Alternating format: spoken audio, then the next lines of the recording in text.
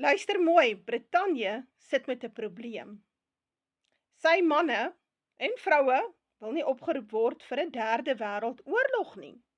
En hier is 'n baie interessante video wat dit bewys. 61% of the people between 18 and 38 in the UK, they had a survey 2 months ago.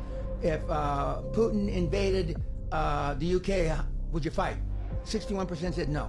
Putin arrived tanks down the fucking street in London.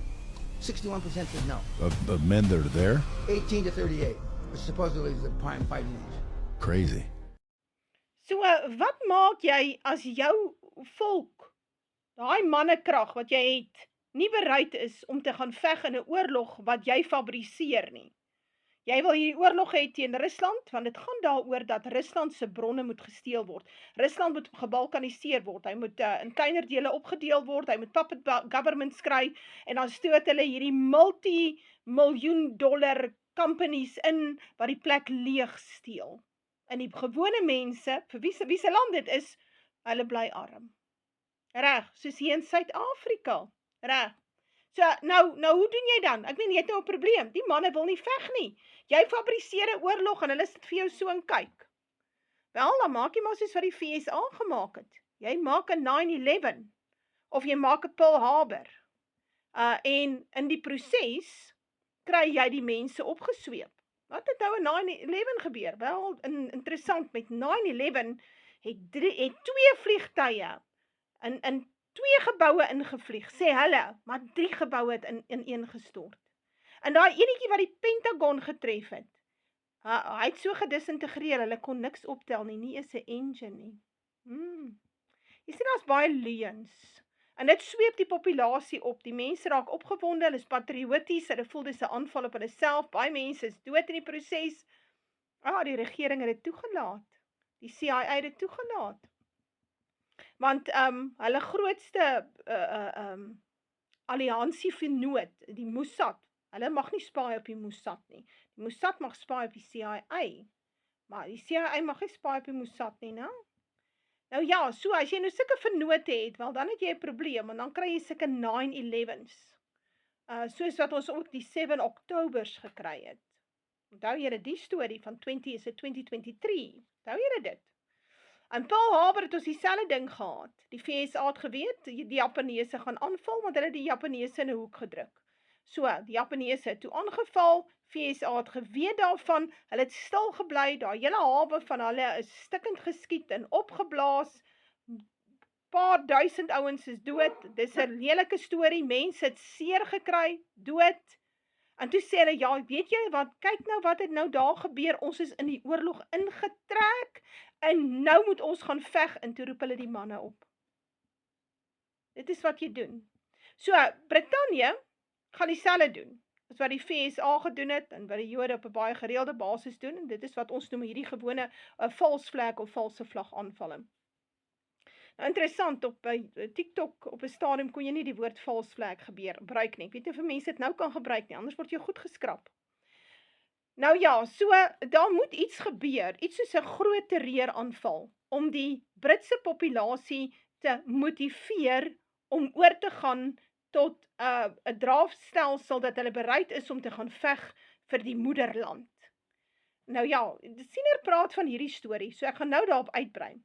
Maar ek het gesien, en dit is iets wat ek gedroom het 'n hele paar jaar gelede, dat ek sien William, so dis seker dalk in die tyd wat hy regeer, by koning is, of hy's baie prominent, iets baie prominent omtrent William, sien ek dat daar 'n massa hysterie is wat posvat oor die Britte. En dit word gedoen met frekwensies. Nou as jy nou dink, dis nog nie moontlik nie, dat ek nou vir jou nuus, dis baie moontlik, en is intussen inteendeel reeds ver gevorderd, hierdie tegnologie, hulle weet al dekades daarvan. Luister 'n bietjie wat sê hierdie man. Voice-to-skull technology. This is also in the foray of directed energy weapons. What is that? The ability to, let's just say, throw your voice into your head, or my voice into my head, or allowing algorithms that now they can blanket a whole geographical area, and they can make everybody change their thoughts. They can, I use the term intrusive thoughts, back to that fork in the road analogy. If you find yourself where you have to make a decision about something, next thing you know, you catch yourself kind of having an argument in your head with your own voices. Well, the ability to add another one of your voices in there, but have it controlled by somebody else's microphone, so to say, is a very powerful tool. And I think this is a weapon of war that we are seeing happen to everyone around us. The Department of Defense recently started initiating protocols for their employees, their agents, to discuss Havana syndrome-like symptoms. And on that list is that their agents are hearing voices in their head.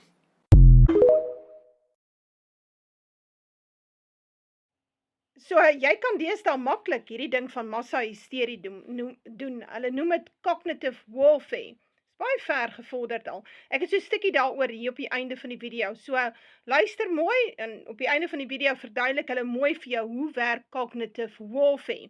En dat dit natuurlik hulle erken openlik dat dit is nou die volgende plek waar 'n mens oorlog voer.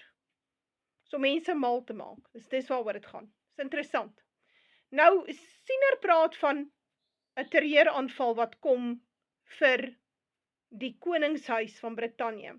Dan Bessie van Rooyen van Henneman skryf dat Siener by geleentheid aan haar skoonvader die volgende gesê het: wanneer ons donkertyd begin, sien ek 'n swart slang pik na die vrou op die troon oorkant die water en sy raak weg. Nou ja, mense dink ja, maar ons het nou hier te doen met koningin Elisabeth. Nee, dit is nie. Die vrou op die troon verwys na die Britse koningshuis. Sy's 'n vrou, want sy's eintlik 'n organisasie. Hulle noem hulle self the firm. So, dit is presies waarmee ons besig is. Dan begin ons moeilikheid hier in Johannesburg met bomme wat ontplof. Nou luister mooi, toe Elisabeth oorlede is, of sy miskien afgegaan het in die gat, ek weet nie wat doen hierdie reptielras nie, miskien gaan hulle af in die gat en dan kom hulle na vore as iets anders, hierdie shapeshifters nie, want ek is baie oortuig dat ons sit met 'n reptielras wat ons regeer. As mens kyk na die hoeveelheid bloed wat vloei en die hoeveelheid psigopatie wat daar is en die hoeveelheid oorlog, dan wonder mense met wat het mense te doen, want dit klink nie asof 'n mens met mense te doen het nie. Mense het empatie en simpatie, maar hierdie reptielras, hulle het niks nie. Sê die Bybel nie iets van die addergeslag nie? Ja, daar het jy dit, né? So, nou die swart slang pik na die vrou op die troon en sy raak weg. Nou dit is nie dis die ou Elisabeth nie. Want die opvolg daarvan is, dan begin ons moeilikheid hier in Johannesburg met bomme wat ontplof. Nou daar het nie bomme ontplof met ou Elisabeth se oorledenis nie. Okay?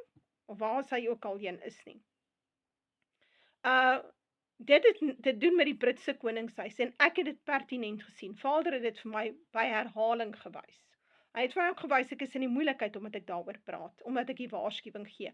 Want dit is 'n interne job, dit is 'n inside job. Dit wil sê, ons gaan sien, daar is 'n terreuraanval in Brittanje. Dit gaan weer een van daai stories wees van 'n massive intelligence failure, van hoe kon hulle nou nie gesien het dit gaan gebeur nie, maar dit het nou gebeur, en kyk die krisis, ja, ons gaan dit sien, reg. En dit het te doen met die Britse koningshuis. Ek brei bietjie meer daarop uit as ek met my groepe praat daaroor. Ek het hierdie ding baie duidelik bespreek, want ek weet wat gaan gebeur. God het my baie mooi gewys. So, ons sien hierdie ding daar, 'n groot terreuraanval. Daar's definitief lede van die Britse koningshuis dood. Ten minste een lid waarvan ek weet, maar groot krisis. En in daai tyd, daar sal seker nie net een bom ontplof nie. Daar sal nie een krisis wees nie. Daar sal meerderheid van krisisse wees. En dan daarmee saam stuur hulle hierdie frekwensies uit wat hulle seker maklik deur middel van die selfoontorings en die tipe van ding kan doen. Ek is nie altyd seker wat het hulle alles daar op nie. Daar is so baie goedjies op deesdae op 'n selfoonvoering, mens wonder. En dan kry jy dat die Britse populasie heeltemal hysteries raak.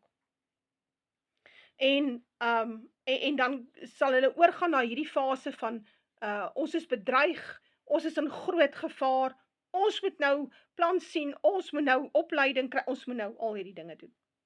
So nou die swart slang wat pik natuurlik na die Britse koningshuis, het baie te doen met die destabilisasie van Suid-Afrika, want dit is in daai tyd wat die bomme begin ontplof, daar in Johannesburg, So, en onthou ek het daarvan gepraat, ek het gesê hierdie plofstof wat hulle so kort vind, dit het alles te doen met hierdie bomme wat gaan ontplof.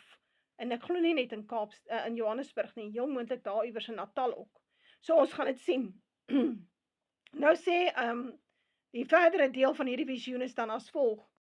Skus tog. Ek het 'n padda aan die keel. Siener het die visioens as volg verklaar. Dis oor Engeland wat die nag gaan toestap, want daar sien ek 'n swart slang lê. Dis nou vir Engeland sy swart probleem.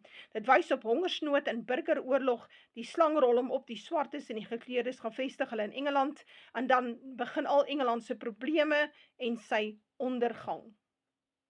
So, daar kom groot krisisse daar.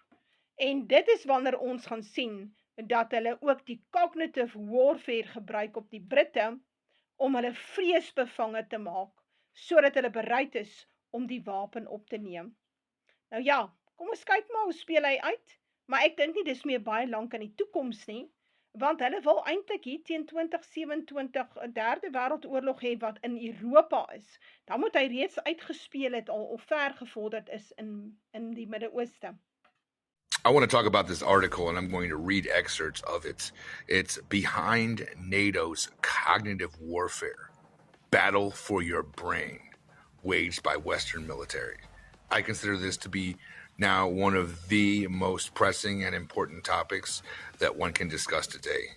The article states, NATO is developing new forms of warfare to wage a, quote, battle for the brain, as the military alliance put it. The U.S.-led military cartel has tested novel modes of hybrid warfare against self-declared adversaries, including economic warfare, cyber warfare, information warfare, and psychological warfare. Now, NATO is spinning out an entirely new kind of combat, and it has branded it cognitive warfare, described as the weaponization of brain sciences. This new method involves the hacking of the individual by exploiting the vulnerabilities of the human brain in order to implement more sophisticated social engineering. Quotes in there.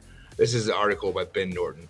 Until recently, NATO has been divided at war into 5 operational domains: air, land, sea, space, and cyber. But with the development of cognitive warfare strategies, the military alliance is discussing the new and 6th level of war, the human domain. A 2020 NATO-sponsored study showed this new form of cognitive warfare clearly explained. The brain will be the battlefield for the 21st century, the report stressed. Humans are the contested domain, and future conflicts will likely occur amongst the people who digitally first and then physically thereafter, in proximity to hubs of political and economic power. Will the NATO-backed study insist that much of the research on cognitive warfare is designed for defensive purposes? It is also conceding that the military alliance is developing offensive tactics, stating, the human is very often the main vulnerability, and it should be acknowledged in order to protect NATO's human capital, but also to benefit from our adversaries' vulnerabilities.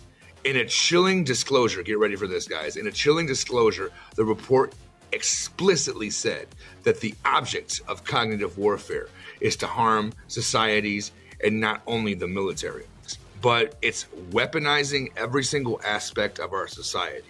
So there is a military program in the schools. There is a military program in the award shows. All of this wokeism is a military program because it gamifies political activities and it makes it so people actually want to give up their rights through participatory propaganda and turns every single person into a weapon itself.